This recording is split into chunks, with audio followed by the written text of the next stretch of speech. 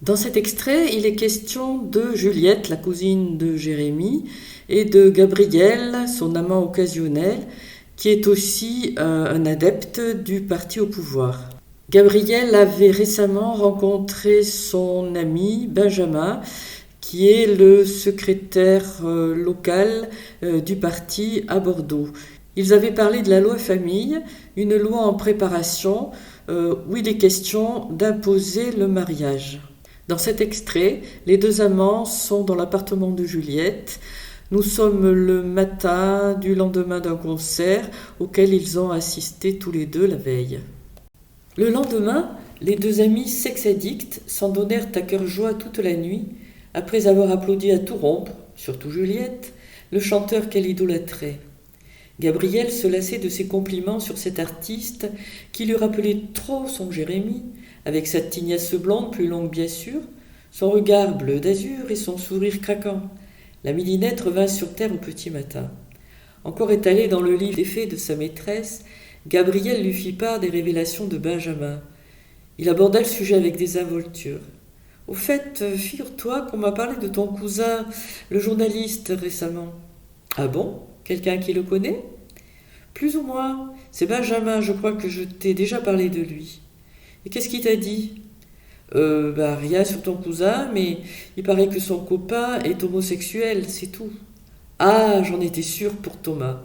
Alors ça veut bien dire que Jérémie est gay, lui aussi. » « Pourquoi tu penses ça ? Ils sont très proches ? » « C'est le moins qu'on puisse dire et ils habitent dans le même immeuble. » « Et c'est probable alors. » Gabriel avait deviné depuis longtemps les sentiments de Juliette pour son cousin et il n'avait pas l'intention de la contredire dans ses affirmations. En effet, depuis son repas au restaurant avec Benjamin, une idée lui trottait dans la tête. « Et si j'épousais Juliette ? D'accord, elle est bien plus vieille, mais ça limite le risque de faire un môme et puis on s'entend bien au lit.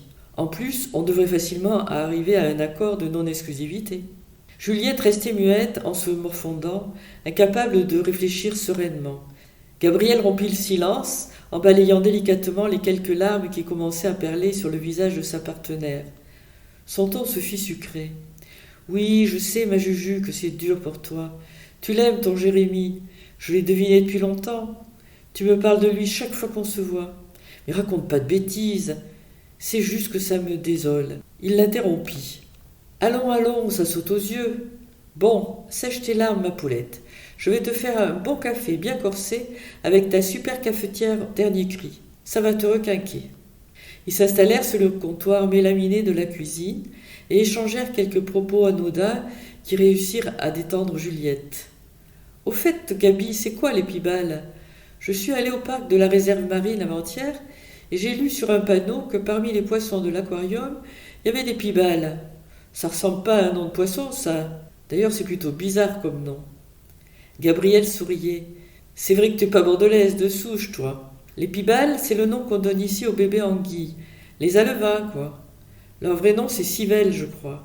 Autrefois, on les mangeait. »« Berk, des bébés ?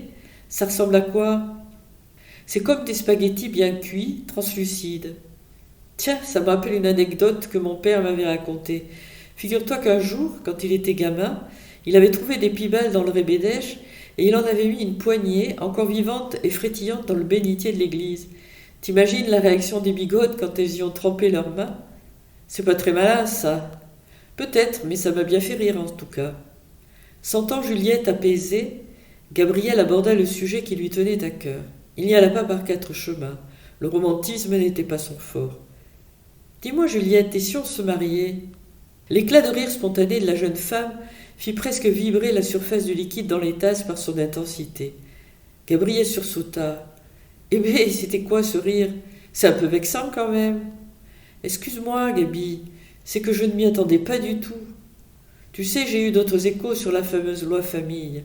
J'ai cru comprendre que si on veut être tranquille, mieux vaut ne pas rester célibataire. » »« Ben dis donc, pour le coup, c'est moi qui suis vexé. Je croyais que c'était pour mes beaux yeux. » Son clin d'œil malicieux démentait le sérieux de ses paroles. « Écoute, Gabi, tu as peut-être raison, cette loi ça m'inquiète aussi. Mais j'ai quand même besoin de temps pour réfléchir à cette idée. Pas trop longtemps quand même, on m'a dit qu'un décret était prêt à sortir pour quasiment interdire le célibat. Alors faudra y passer à un moment ou à un autre. C'est pénible tout ça. Tu vois, quand je te disais qu'on voulait nous interdire tous les plaisirs, mais ça n'a rien à voir, Juju. Tu sais, quand on se marie, c'est pas pour ça qu'on est obligé de rester collés l'un à l'autre. Tu crois ça, toi? La religion et tout le Bataclan, c'est pas mon truc, mais quand même. D'accord, on peut se marier qu'à la mairie. Tu sais, Benjamin, il est marié, et avec sa femme, ils sont d'accord, ils vont voir à gauche et à droite, comme bon leur semble. Juliette fronça les sourcils. Ça me choque un peu quand même. En plus, j'ai 10 ans de plus que toi. Et alors, quelle importance? Bon, écoute, c'est l'heure de te préparer pour aller bosser, là. T'es pas en vacances, toi. On en reparlera.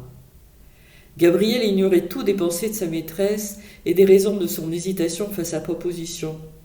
Il n'imaginait pas que sa suggestion venait en réalité renforcer l'intention de Juliette, qui avait une toute autre cible pour un mariage, Jérémie. Si elle avait tergiversé sans donner de réponse, c'était tout simplement pour se réserver la possibilité d'un plan B dans le cas où Jérémie refuserait. Dans son esprit, l'homosexualité éventuelle de son cousin n'était pas un obstacle. Si Jérémie est vraiment gay, je pourrais lui proposer un mariage blanc. Et puis petit à petit, j'arriverai bien à lui faire tourner la veste.